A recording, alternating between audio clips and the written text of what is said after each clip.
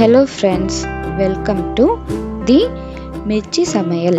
இன்றைக்கி நம்மளுடைய சமையலில் என்ன பார்க்க போகிறோம் அப்படின்னு பார்த்தீங்கன்னா, ஒரு அருமையான அட்டகாசமான ஒரு சைட் டிஷ் தான் வந்து பார்க்க போகிறோம்.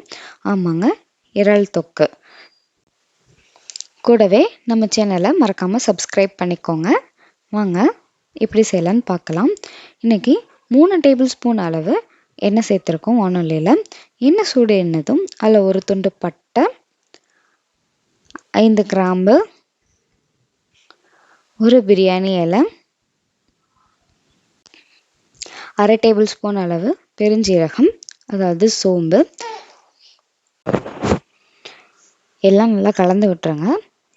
நல்லா பொரிஞ்சு வரட்டும். நல்ல பெரிய சைஸ் வெங்காயம் வந்து 2 பொடி பொடியாக கட் பண்ணி எடுத்துருக்கோம். மீடியம் சைஸ் அப்படின்னா 3 கூட சேர்த்துக்கலாம். பெரிய சைஸ்னால 2 எடுத்துருக்கோம். வெங்காயம் நல்லா பொன்னிறம் ஆகிற அளவுக்கு நல்லா வதக்கி விட்டுருங்க. இப்போ பொன்னிறம் ஆனவும் 1 டேபிள் ஸ்பூன் அளவு இஞ்சி பூண்டு விழுது வந்து சேர்த்துக்கோங்க. இஞ்சி பூண்டோட பச்சை வாசனை போகிற அளவுக்கு நல்லா கலந்து விட்டுருங்க. இன்னைக்கு 3 தக்காளி, மீடியம் சைஸ் தக்காளி வந்து நல்லா விழுதாக அரைச்சி எடுத்துகிட்டு வந்திருக்கோம். அதை சேர்த்துக்கோங்க. இப்போ தக்காளி நல்லா வதங்கணும். நல்லா கலந்து விட்டுருங்க. தக்காளி நல்லா வதங்கவும் இதோட நம்ம மசால் பொருள் எல்லாம் சேர்க்க போகிறோம். மிளகாய்த்தூள் 1/2 டேபிள் ஸ்பூன் அளவு, கரம் மசாலா 1 டேபிள் ஸ்பூன் அளவு, குழம்பு மிளகாய் பொடி 2 டேபிள் ஸ்பூன் அளவு. இன்றைக்கி மிளகாய் பொடி வந்து காஷ்மீர் மிளகாய் பொடி எடுத்துருக்கனால 1/2 டேபிள் ஸ்பூன் அளவு போட்டிருக்கோம். நீங்கள் நார்மல் மிளகாய் பொடி எடுத்தீங்கன்னா 1/2 டேபிள் ஸ்பூன் அளவே போதுமானது. இதுக்கு தேவையான அளவு உப்பு சேர்த்துக்கோங்க. உப்பு சேர்த்து நல்லா கலந்து விட்டுருங்க. இந்த மசாலாவோட பச்சை வாசனை எல்லாம் போகிற அளவுக்கு நல்லா வேகட்டும். இப்போ இதோட 1 கப் அளவு தண்ணி சேர்த்துக்கோங்க. இந்த மசாலா தண்ணியெல்லாம் நல்லா கலந்து விட்டுருங்க. நல்லா கலந்து மசாலாலாம் வேகட்டும். இந்த மசாலா வேகிறதுக்கு நம்ம மூடி போட்டு கூட வேக வைக்கலாம். அதனால மூடி வேக வச்சிருங்க. ஒரு 3 நிமிஷம் அளவுக்கு வேக வச்சா போதும்.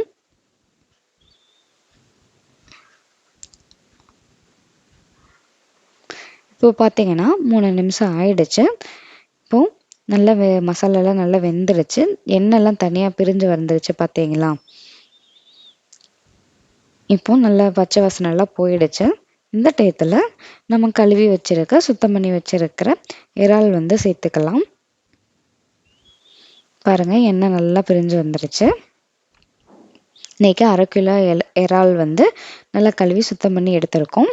அதை வந்து சேர்த்துக்கிறப்பறம் இது வந்து மீடியம் சைஸ் இறா வந்து எடுத்துக்கோங்க. இறா தொக்குக்கு மீடியம் சைஸ் இறால் தான் வந்து நல்லா கரெக்டாக இருக்கும்.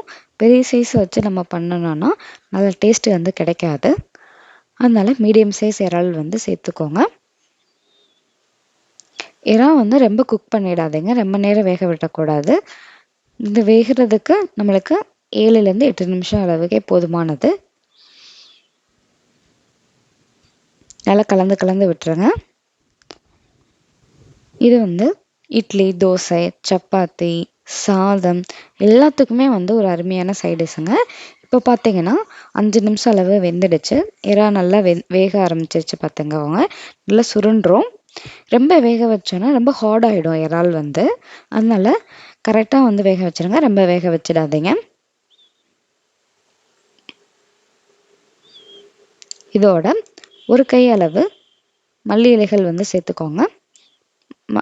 மல்லி இலைகள் சேர்த்துட்டு மூடி போட்டு 1 நிமிஷம் வச்சா போதும்.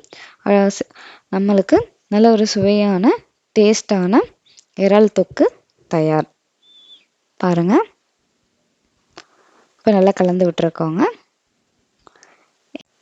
சுலபமான முறையில் நம்மக்கிட்ட இருக்கிற பொருட்களை வச்சே இன்னைக்கு இறால் தொக்கு வந்து நம்ம செஞ்சுருக்கோம். சூடான சாதத்தோடு சாப்பிடும் போது டேஸ்ட் வந்து இன்னும் நல்லா அருமையாக இருக்கும்.